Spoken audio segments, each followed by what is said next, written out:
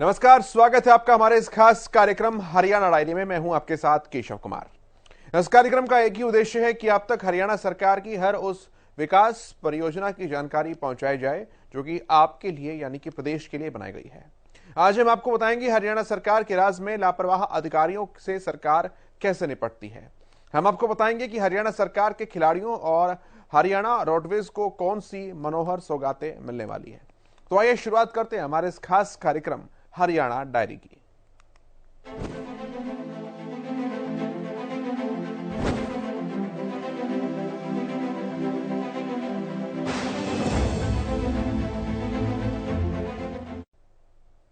हरियाणा में पराली को भी एमएसपी पर खरीदने की तैयारियां चल रही हैं। इससे किसानों को सीधा लाभ होगा और उनकी अतिरिक्त आय का साधन भी बढ़ेगा। इसके लिए योजना तैयार की जा रही है। पिछले साल की तुलना में इस साल 3 गुना तक पराली जलाने की घटनाओं में कमियां दर्ज की गई हैं। रिपोर्ट आप देखिए।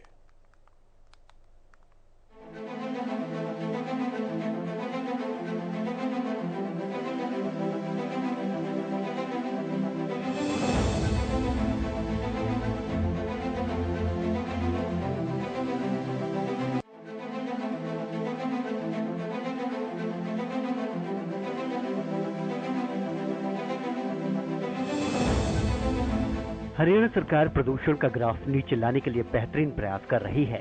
उसका असर धरातल पर देखने को भी मिल रहा है। पिछले साल की तुलना में पराली जलाने के मामले 3 गुना तक कम हुए हैं। हरियाणा में पराली के निस्तारण के लिए प्रदेश सरकार बड़ा कदम उठाने जा रही है। किसानों को फसल अवशेष जलाने से रोकने के लिए बड़ा कदम उठाने की तैयारी। अब पराली को न्यूनतम समर्थन मूल्य पर सरकार खरीदने की तैयारी में है। मुख्यमंत्री मनोहर लाल ने निर्देश दिए हैं। अधिकारियों को ये योजना बनाने के निर्देश दे दिए गए हैं। राज्य में अभी 14 फसलों की एमएसपी पर खरीद हो रही है। पराली की एमएसपी निर्धारित होने से किसानों को सीधा लाभ होगा। किसानों की अतिरिक्त आय का साधन भी बढ़ेगा। गिरिराज जी, जिस तरह से हरियाणा सरकार की तरफ से पराली पहले जलाई थी और पिछले उनकी तरफ से पुण्य प्रयास किया गया है, और पिछले की बात करें और अब की बात करें 3 गुना कम पराली जली हुई है, कितने सहमत हैं? ये सरकार का बहुत ही सराहनीय कदम है और हमारे माननीय मुख्यमंत्री मनोहर लाल खट्टर जी जिस तरीके से काम कर रहे हैं तो सरकार बहुत अच्छा काम कर रही है। पहले आजकल के दिनों में इतना हो जाता था पॉल्यूशन की बहुत ही काफ़ी मात्रा में, और आप इस बार देखिए कि सरकार के प्रयासों से तो ना के बराबर है, और सालों की तुलना में ना के बराबर पॉल्यूशन है। तो सरकार का बहुत ही सराहनीय कदम है और आगे भी ये करता रहना चाहिए, और हम लोगों की जिम्मेवारी बनती है कि हम इसमें योगदान दें। अकेले सरकार पर निर्भर नहीं रहना चाहिए, हमारी जिम्मेवारी बनती है खुली हवा में हम सांस ले सकें। तो सरकार कदम से सहमत हो? बिल्कुल बिल्कुल, बहुत अच्छा कदम है, और हमें भी अपनी सोच बदलनी पड़ेगी और सरकार के प्रति हमें भी जो है ये सोचना पड़ेगा कि हमारा भी एक कर्तव्य बनता है कि हम सब जितने भी नागरिक हैं सबका एक कदम अच्छा वो बनता है कि हम लोगों को समझाएं और जागरूकता लाएं लोगों में, स्वास्थ्य अच्छा बना रहे। पराली निस्तारण की कड़ी में प्रदेश सरकार द्वारा इन सीटू मैनेजमेंट के तहत किसानों को पहले ही प्रति एकड़ बेलिंग के लिए 1000 रुपए की प्रोत्साहन राशि दी जा रही है। साथ ही गौशालाओं को बेलर्स के परिवहन के लिए 500 रुपए प्रति एकड़ दिए जा रहे हैं। इसके अलावा अवशेष प्रबंधन की आपूर्ति के लिए पानीपत में स्थापित 2G एथेनॉल संयंत्र को 1000 रुपए प्रति टन सहायता दी जा रही है। केंद्रीय मंत्री की वीडियो कॉन्फ्रेंसिंग के माध्यम से हरियाणा, पंजाब, दिल्ली, राजस्थान के मुख्यमंत्रियों और मंत्रियों के साथ बैठक हुई। फसल अवशेष प्रबंधन की दिशा में की जा रही गतिविधियों की सराहना करते हुए उन्होंने कहा कि प्रदेश सरकार पराली जलाने की घटनाओं में कमी लाने में सफल रही है। वायु प्रदूषण पर नियंत्रण के लिए प्रदेश में अच्छे प्रयास हो रहे हैं। गुरुग्राम की सोसाइटीज में डीजल से चलने वाले जनरेटर सेट्स के उपयोग में भारी कमी आई है। बैठक में मुख्यमंत्री मनोहर लाल ने मांग की कि हरियाणा एनसीआर क्षेत्र में क्लीन फ्यूल के उपयोग के लिए जारी दिशा निर्देशों में ईंट भट्टों को 31 मार्च तक मोहलत दी जाए। प्रदेश सरकार द्वारा भी अपने स्तर पर वायु प्रदूषण को नियंत्रण करने के लिए प्रयास किए जाएंगे। वहीं औद्योगिक संगठनों से मांग आई है कि उन्हें क्लीन फ्यूल उपयोग हेतु तकनीकी रूप से जो बदलाव करने हैं उसके लिए व्यवहार ब्याज दर पर बैंक से ऋण की सुविधा उपलब्ध करवाई जाए। औद्योगिक क्षेत्र सराना, समालखा, गोहाना, झज्जर में अभी तक सीएनजी पीएनजी की आपूर्ति नहीं हो पाई है। इसकी उपलब्धता भी सुनिश्चित करवाई जाए। प्रदेश में लगभग 4800 गाँव में धान होता है। इन गाँवों को 3 जोन हरा, पीला और लाल में बांटा गया है। इन सीटू मैनेजमेंट के तहत विभिन्न मशीनों व डिस्कम्पोजरों के माध्यम से 23 लाख टन और एक्स सीटू मैनेजमेंट के तहत 13 लाख टन पराली का प्रबंधन किया जाएगा। अभी तक पराली जलाने की केवल 83 घटनाएं हुई हैं। पराली न जलाने के लिए जागरूक करते हुए पिछले 4 सालों में किसानों को 77,777 मशीनरी उपलब्ध करवाई गई। इस साल 7,146 मशीनें उपलब्ध करवाई गई हैं, जिसमें baling unit, super seeder, zero till seed cum fertiliser drill शामिल है। वहीं पराली के अवशेषों को लेकर कृषि विभाग की पैनी नजर है। हर बार की तरह इस बार भी कृषि विभाग ने किसानों से पराली न जलाने की अपील की है। हमारे अपने लेवल पर, विभाग के लेवल पर हमने जिला में 200 कैंप लगाए हैं गांव में छोटे छोटे, जिसमें 50 फार्मर इकट्ठे किए। उसके अलावा हमने 77 गांव में रैलियां निकाली स्कूल के बच्चों के साथ, जन चेतना रैली जिसमें हमने नाम दिया। इसके अलावा हमने 10 ब्लॉक लेवल के कैंप लगाए, जिसमें लगभग 100 या 100 से अधिक फार्मर ने भागीदारी की। और इसके अलावा एक जिला स्तर का मेला हम बबैन में लगा चुके हैं तथा जल्दी एक थानेसर पे जिला स्तर का और मेला लगाने जा रहे हैं। ये सारा काम हम पराली प्रबंधन को लेकर किसानों को जागरूक करने के लिए कर रहे हैं। इस बार पहले के मुकाबले हमें रिस्पांस ज़्यादा मिल रहा है। कुछ तो जैसे और एजेंसीज भी जैसे ये हमारे साथ हैं, ये हैं, और पराली प्रबंधन को लेके किसान भी जागरूक हो रहा है। उनको पता चल रहा है कि भाई सरकार के ओर से इन सीटू एक्स सीटू यानी खेतों में दबाएंगे तब भी 1000 रुपये, और अगर कटवाएंगे, इसको पराली का बनवाएंगे, गार्ड बनवाएंगे तब भी 1000 रुपये दिए जा रहे हैं। तो फार्मर खुद भी जागरूक है, खुद भी आगे आ रहे हैं, ये काम कर रहे हैं।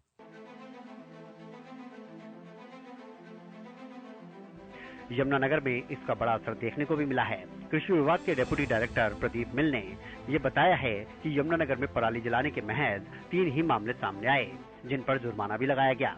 हरियाणा सरकार किसानों से बीते कई सालों से पराली न जलाने की अपील कर रही है। हालांकि कृषि विभाग ने इस बार किसानों को पराली न जलाकर उसके अवशेषों को दबाने या दूसरे विकल्प के लिए कुछ अनुदान राशि भी तय की है।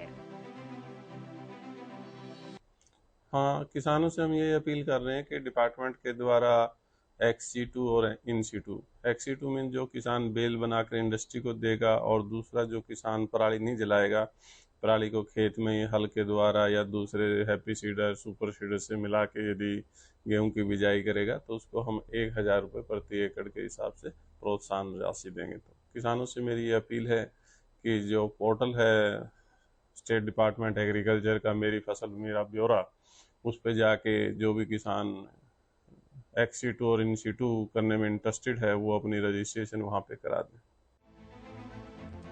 पराली न जलाने को लेकर यमुनानगर जिला पूरे हरियाणा में एक मिसाल बन रहा है। अभी तक 3 मामले ही सामने आए, जो राज्य में बाकी जिलों की तुलना में बेहद कम हैं। ऐसे में जरूरत है कृषि विभाग को कि ज्यादा से ज्यादा किसानों को जागरूक करने के लिए, ताकि पराली जलाने पर पूर्णतः रोक लग सके। हालांकि केंद्र सरकार की तरफ से हरियाणा सरकार की तारीफ की गई है, क्योंकि प्रदूषण में काफी कमी भी आई है और साथ ही पराली जलाने की घटनाओं में भी 3 गुना तक की कमी आई है। और इसके लिए शासन और प्रशासन की तरफ से उठाए जा रहे कदमों की सराहना करनी होगी।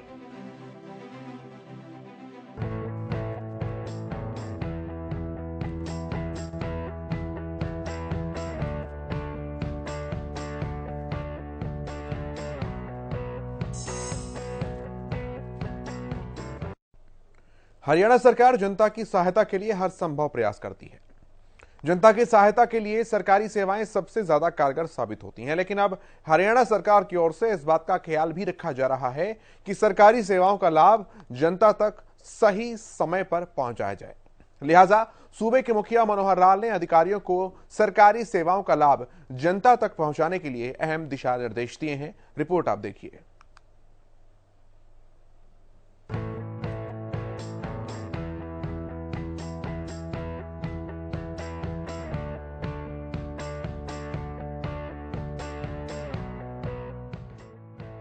जनता की ओर मदद का हाथ बढ़ाते हुए समय समय पर सरकारी सेवाओं का ऐलान किया जाता है।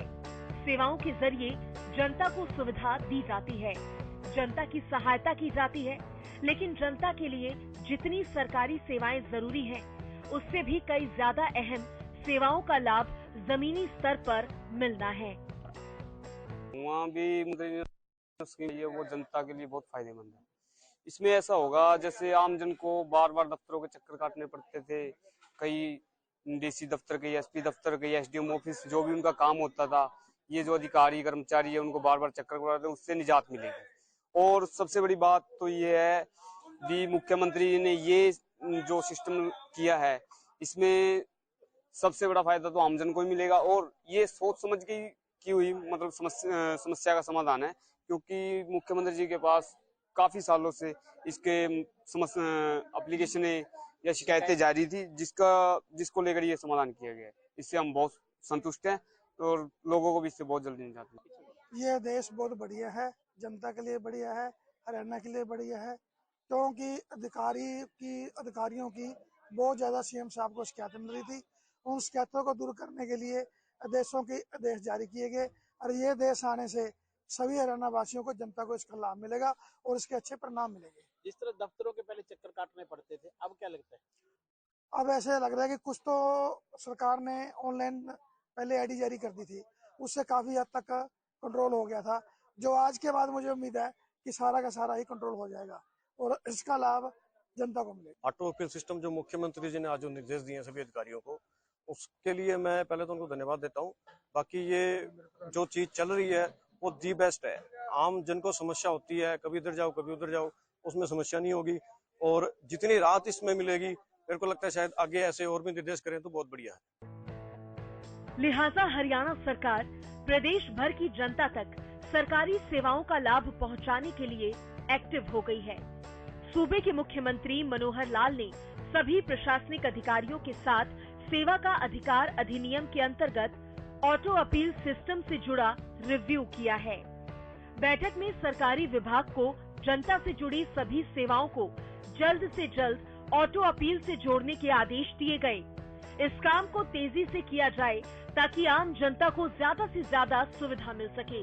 इसके साथ ही सीएम ने कहा, जनता को सरकारी सेवाओं का लाभ समय पर मिले, ये सरकार और कर्मचारी दोनों की प्राथमिकता है। इस दौरान मुख्यमंत्री ने कहा कि सरकारी सेवाओं को ऑटो अपील सिस्टम से जोड़ने के लिए सरकारी अधिकारी तत्परता से कार्य करें। सेवाओं को ऑटो अपील सिस्टम से जोड़ने पर कोई परेशानी आती है तो उसे तत्काल संज्ञान में लाया जाए।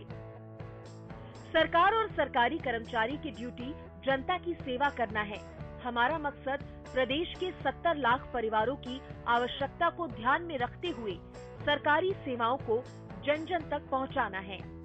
हमें इस दायित्व को बखूबी समझते हुए कार्य करना चाहिए। मुख्यमंत्री ने सेवा का अधिकार आयोग के ऑटो अपील सिस्टम की कार्यप्रणाली की प्रशंसा की। सीएम ने कहा कि सिस्टम की वजह से सरकारी सेवाओं में होने वाली देरी से जवाबदेही तय हुई है। अभी तक ऑटो अपील सिस्टम में सेवाओं में होने वाली देरी से संबंधित 3,53,529 अपील की गई।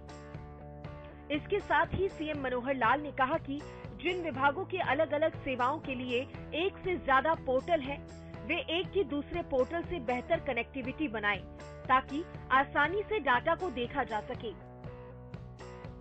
इसमें आम लोगों को भी सुविधा लेने में आसानी होती है। ऑटो अपील सिस्टम से जुड़ी जानकारी और इसका प्रशिक्षण जन प्रतिनिधियों को भी दिया जाए। इससे ऐसा है जो किसी भी नागरिक की कोई भी समस्या है बहुत जल्दी उसका सलूशन होगा। उनको ज्यादा चक्कर नहीं लगाने पड़ेंगे। किसी भी दफ्तरों के अधिकारियों से जो कई बार कोई आता नहीं हो जाता, उसी से दिक्कतें होती हैं, वो दिक्कतें नहीं होंगी। उनका काम बड़े फास्ट ट्रैक पे होगा। मानता हूँ कि जो मुख्यमंत्री जी ने ऑटो अपील सिस्टम जो अभी घोषणा की है और अधिकारियों को जो दिशा निर्देश दिए हैं, उसके तहत मैं ये मानता हूँ कि जो आम जन की जो समस्या है उसको बहुत फायदा मिलेगा। बहुत जल्दी से जो समस्या है उसका निदान होगा। इसको ये लेकर है जी, जो आज सीएम साहब ने जो आज दिशा निर्देश दिए हैं और अधिकारियों को यही इसलिए कहा है भी जो भी जिसको जितना भी कोई काम है तो साथ के साथ ही वो अगर फोन करेंगे, जो साथ के साथ अधिकारी को कहेंगे और अधिकारी को स्पेशली दिशा निर्देश दिए हैं कि भी जो भी काम है साथ के साथ फोन करके साथ के साथ काम हो जाए, ताकि जनता को जो भी है अभी कोई परेशानी का सामना ना करना पड़े। यानी कि मुख्यमंत्री का ये कदम कैसा लग रहा है? बहुत सराहनीय कदम है अपने मुख्यमंत्री जी का, बहुत बढ़िया। ये बताना चाहता हूँ कि अभी हाल ही में हरियाणा सरकार ने जो अप्रेंटिसशिप पोर्टल बनाया हुआ है पहले अप्रेंटिसशिप करने के लिए अपने गृह जिले से बाहर जाना पड़ता था और अब ये स्कीम हरियाणा सरकार ने ही अपने गृह जिले में अप्रेंटिस कर सकते हैं और साथ ही साथ प्राइवेट डिपार्टमेंट के अलावा भी गवर्नमेंट डिपार्टमेंट में भी हमें काम करने का मौका मिला है और हमारी स्किल जो है बहुत अच्छी हुई है। अभी तक विधायकों को ही इससे जुड़ी जानकारी दी गई थी, लेकिन सीएम के आदेश है कि भविष्य में छोटी से छोटी इकाई के जनप्रतिनिधि को भी इसकी जानकारी दी जानी चाहिए। समय समय पर उन्हें इस सिस्टम से जुड़े प्रशिक्षण देने के सीएम के आदेश हैं। वहीं सीएम मनोहर लाल के मुताबिक सेवा का अधिकार अधिनियम के तहत ऑटो अपील सिस्टम की शुरुआत के दौरान सरकार के सामने इस तरह के सिस्टम का उदाहरण नहीं था, लेकिन आज हरियाणा सरकार ने ऐसा सिस्टम खड़ा करके दिखाया है, तभी दूसरे राज्य भी इस ऑटो अपील सिस्टम को समझने के लिए संपर्क कर रहे हैं। सीएम मनोहर लाल की माने तो उत्तराखंड, जम्मू कश्मीर और केंद्र सरकार भी इस सिस्टम की सराहना कर रही है।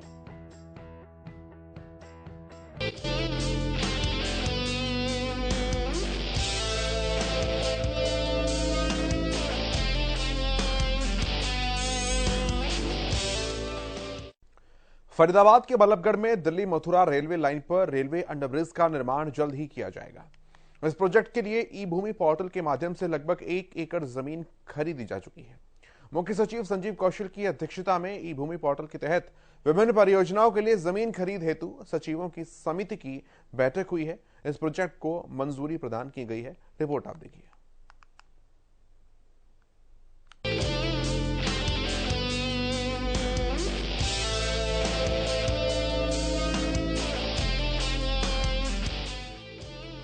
देश के साथ साथ हरियाणा का विकास परिवहन की दृष्टि से तेजी से किया जा रहा है। एक तरफ तो तेजी से सड़कों का जाल पूरे देश के साथ साथ हरियाणा में भी फैलाया जा रहा है, चाहे सड़क मार्ग के नजरिए से देखें या फिर रेलवे मार्ग के नजरिए से। हरियाणा में तेजी से इसका विस्तार हुआ है। अब एक और बड़ी सौगात रेलवे के नजरिए से मिलने जा रही है। मुख्य सचिव संजीव कौशल की अध्यक्षता में ई भूमि पोर्टल के तहत विभिन्न परियोजनाओं के लिए जमीन खरीद हेतु सचिवों की समिति की बैठक हुई। इसमें फरीदाबाद के बल्लभगढ़ में दिल्ली मथुरा रेलवे लाइन पर रेलवे अंडरब्रिज के निर्माण के लिए हरी झंडी मिल गई। बैठक में आरयूवी निर्माण को हरी झंडी दी गई है। प्रोजेक्ट के लिए ई भूमि पोर्टल के माध्यम से लगभग 1 एकड़ जमीन खरीदी जाएगी। प्रोजेक्ट को high power land purchase committee को भेजने की सिफारिश की गई है। समिति ने करनाल में 55 MLD क्षमता के HTP निर्माण के लिए भी कमेटी को सिफारिश की है। बैठक में कुल 12 प्रोजेक्ट के लिए जमीन खरीदने के संबंध में चर्चा की गई। भू मालिकों से उनकी सहमति से भूमि खरीदने के संबंध में भी चर्चा की गई है। वीडियो कॉन्फ्रेंसिंग के माध्यम से जिला उपायुक्तों ने भी इस बैठक में हिस्सा लिया। मुख्य सचिव ने संबंधित जिला उपायुक्तों को निर्देश देते हुए कहा कि अन्य परियोजनाओं के लिए आगामी बैठक से पहले भू मालिकों से उनकी सहमति से भूमि खरीदने के संबंध में बातचीत की जाए और जल्द प्रक्रियाओं को पूरा किया जाए।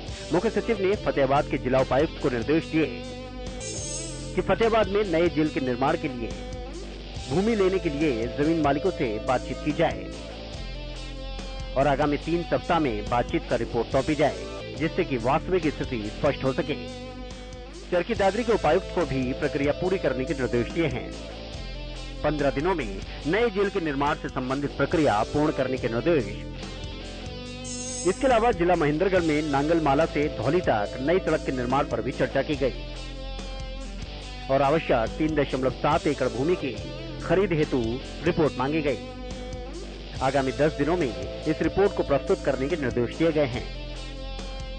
इसके अलावा 7 अन्य एजेंडों पर भी विस्तार से विचार विमर्श किया गया। मुख्य सचिव ने संबंधित जिला उपायुक्तों को उपरोक्त परियोजनाओं के जल्द क्रियान्वयन के भू मालिकों से बैठक कर आगामी प्रक्रिया को जल्द पूरी करने के निर्देश दिए हैं। मुख्य सचिव ने कहा कि वर्तमान सरकार परियोजनाओं के लिए किसी भी किसान या भू मालिक की जमीन जबरन अधिग्रहण नहीं करती। मुख्यमंत्री मनोहर लाल के विजन के अनुरूप ऐसी परियोजनाओं के लिए जमीन खरीदने हेतु ई भूमि पोर्टल की शुरुआत की गई है। इसका मुख्य उद्देश्य जमीन मालिकों की सहमति से सरकारी परियोजनाओं हेतु उनके द्वारा ही सुझाए गए वाजिब दामों पर जमीन लेना है। संजीव कौशल ने कहा कि प्रदेश में कई जगहों पर भूमि की कीमतें बढ़ी हैं और कहीं कहीं कम भी हुई हैं। भू मालिकों से अनुरोध है कि वो वाजिब दामों पर भूमि देकर सरकार का भी सहयोग करें।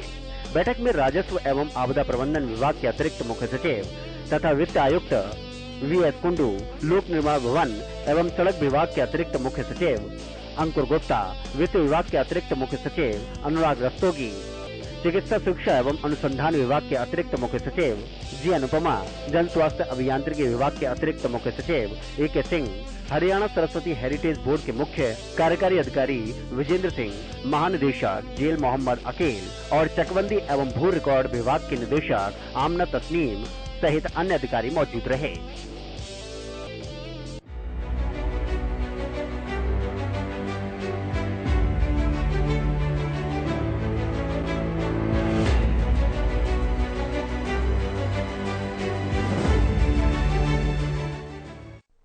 गुजरात में चल रहे राष्ट्रीय खेलों में भारतीय महिला हॉकी टीम ने गोल्ड मेडल हासिल किया है।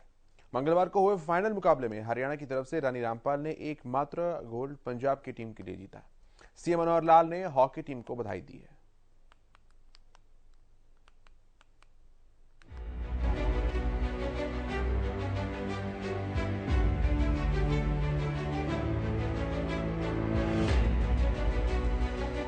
भारतीय महिला हॉकी टीम की पूर्व कप्तान रानी रामपाल के शानदार प्रदर्शन की बदौलत गुजरात में चल रहे राष्ट्रीय खेलों में हॉकी का गोल्ड मेडल हरियाणा की झोली में आया है।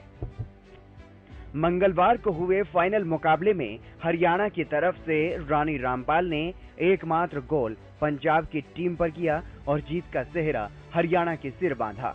जबकि इससे पहले सेमीफाइनल मुकाबले में रानी रामपाल ने प्रतिद्वंदी झारखंड की टीम पर 5 गोल ठोके और हरियाणा की टीम के लिए फाइनल में जगह बनाई।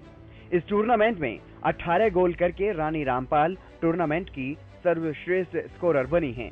पत्रकारों से बातचीत में रानी रामपाल ने ये कहा कि हरियाणा टीम की सभी खिलाड़ियों के शानदार प्रदर्शन की बदौलत ये जीत हासिल हुई है और टीम की सभी खिलाड़ियों ने लाजवाब प्रदर्शन किया है। भारतीय महिला हॉकी टीम के इस बेहतरीन प्रदर्शन पर हरियाणा के मुख्यमंत्री मनोहर लाल ने ट्वीट कर टीम को बधाई दी। मुख्यमंत्री मनोहर लाल ने ट्वीट कर लिखा कि हॉकी टीम की सभी होनहार खिलाड़ियों को और स्टाफ के सभी सदस्यों को बहुत बहुत बधाई एवं शुभकामनाएं। राज्यपाल बंडारू दत्तात्रेय ने गुजरात में चल रहे 36वें राष्ट्रीय खेलों में हरियाणा महिला हॉकी टीम के चैंपियन बनने पर हार्दिक बधाई एवं शुभकामनाएं दी हैं। इसके साथ साथ मुक्केबाजी और कुश्ती में भी उम्दा प्रदर्शन कर जीतने वाले सभी खिलाड़ियों को बधाई दी गई। हरियाणा के खेल राज्य मंत्री संदीप सिंह ने खिलाड़ियों के साथ जीत की खुशी मनाई और ट्वीट किया कि गुजरात नेशनल गेम्स में हरियाणा की महिला हॉकी टीम ने गोल्ड मेडल हासिल करके एक बार फिर से अपनी काबिलियत को साबित किया है। जीत के बाद आज टीम ने केक काटकर खुशी का इजहार भी किया। इस दौरान खिलाड़ियों के बीच रहने का मौका मिला। टीम की सभी खिलाड़ियों, कोच एवं सहयोगी स्टाफ को शुभकामनाएं। हरियाणा के खिलाड़ी हर स्तर पर बेहतरीन प्रदर्शन कर रहे हैं। गुजरात में नेशनल गेम्स में हरियाणा के खिलाड़ियों ने 100 से ज्यादा मेडल पर कब्जा जमाते हुए अंक तालिका में तीसरे स्थान पर जगह बनाई। तो हर खेल में, चाहे वो हॉकी हो या मुक्केबाजी, हर खेल में खिलाड़ियों ने बेहतरीन प्रदर्शन किया। इसमें तारीफ हरियाणा सरकार की खेल नीति की भी करनी होगी, जिसकी वजह से खिलाड़ी राष्ट्रीय और अंतर्राष्ट्रीय स्तर पर ऐसा प्रदर्शन कर रहे हैं, जिससे हरियाणा का नाम देश और दुनिया में गूंज रहा है।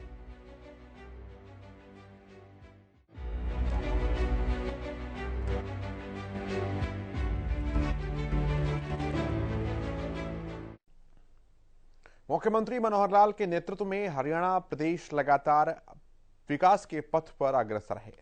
ऐसे में हरियाणा का हर वर्ग सरकार के कामों में रुचि लेता हुआ नजर आता है। हरियाणा सरकार का मकसद है कि प्रदेश के अंतिम व्यक्ति का विकास किया जा सके। आज के हमारे इस खास कार्यक्रम हरियाणा डायरी में इतना ही। कल फिर मिलेंगे आपसे कुछ और नई योजनाओं परियोजनाओं के साथ। आप देखते रहिए हरियाणा न्यूज। नमस्कार।